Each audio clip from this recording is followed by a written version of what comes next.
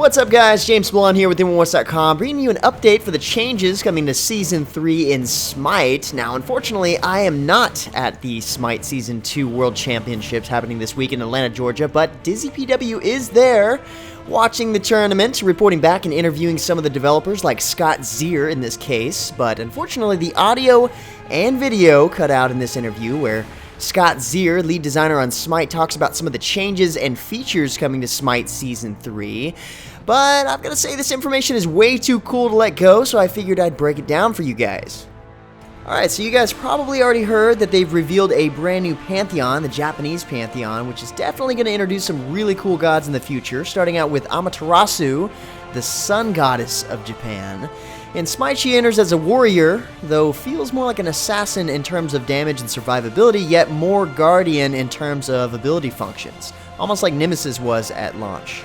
She's really got the jack-of-all-trades thing going on for her, and the cool thing is she's coming into the game next Tuesday the 12th, so you can give her a shot yourself really soon. In the meantime, read DizzyPW's overview of her abilities from the detailed write-up linked in the description below. Apparently her ultimate is basically a return version of Guan Yu's ultimate from Smite's early days. Don't want to miss that.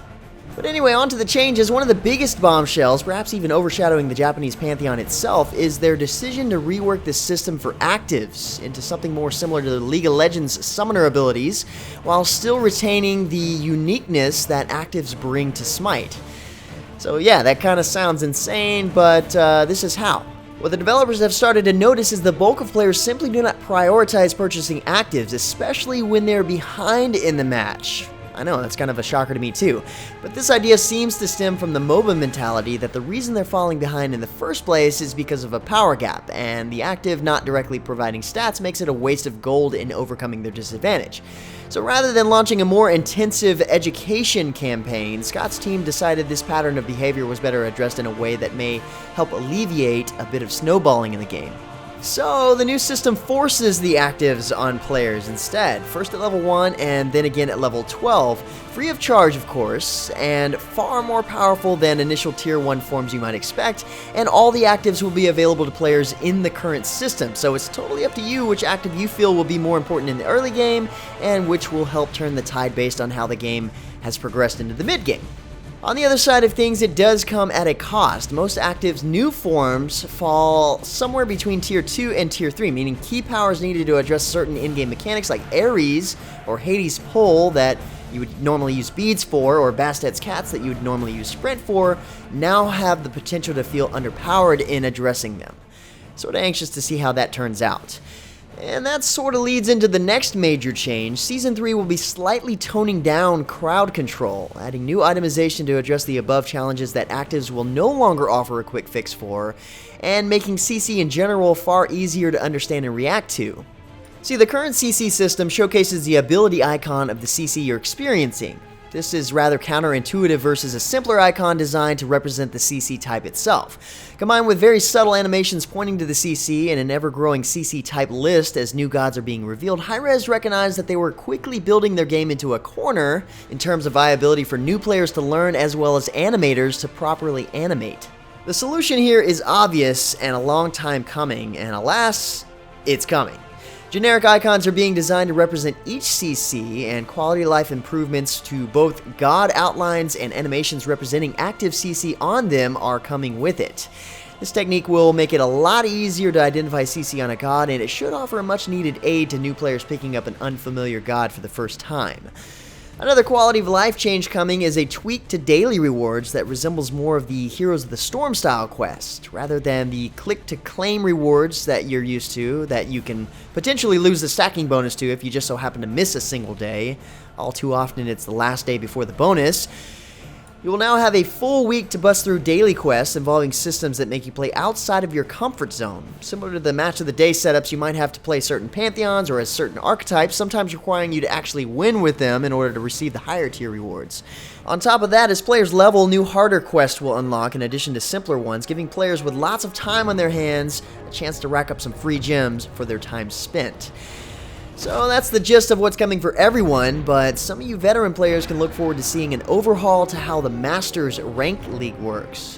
What we now know as the Masters League is getting downgraded to Diamond 1 in Season 3. However, the top 100 Diamond 1 players will now be automatically promoted to Grandmasters. This is a fluid system that will not involve promotional matches or anything like that and can change daily. What this brings is a much simpler list of awe for aspiring ranked players to look forward to and dream of reaching. What's more, we'll be seeing a new 3v3 ranked system that allows full 3-player teams to queue together. Long has the duo queue limit on Conquest Ranked held back professional teams from testing their skill on a wider scale. This is likely going live sometime in February, and players will be able to start qualifying for Ranked 3 Joust 3v3 on the new Chinese-themed reworked map. And speaking of, new details about this new Joust map are now available. First off, the map is far longer than the previous map, though the jungle has been simplified to just 3 jungle mobs, plus a new watered-down version of the fire giant. Good old Minotaur's back.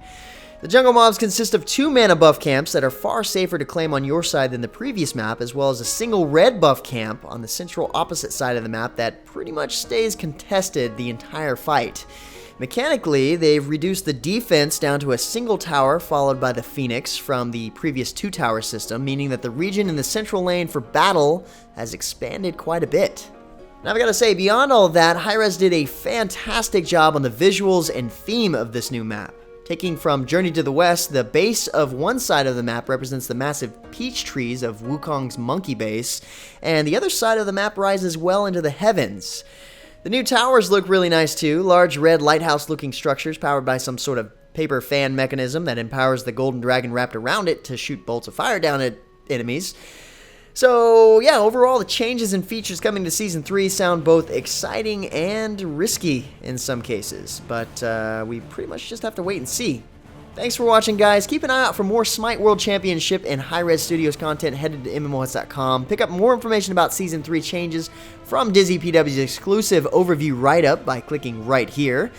Let us know what you think about the changes in the comments below. Thanks for watching, liking, and subscribing. But until next time, guys, that's going to be it for me. I'm James Blonde. See you out there, gamers.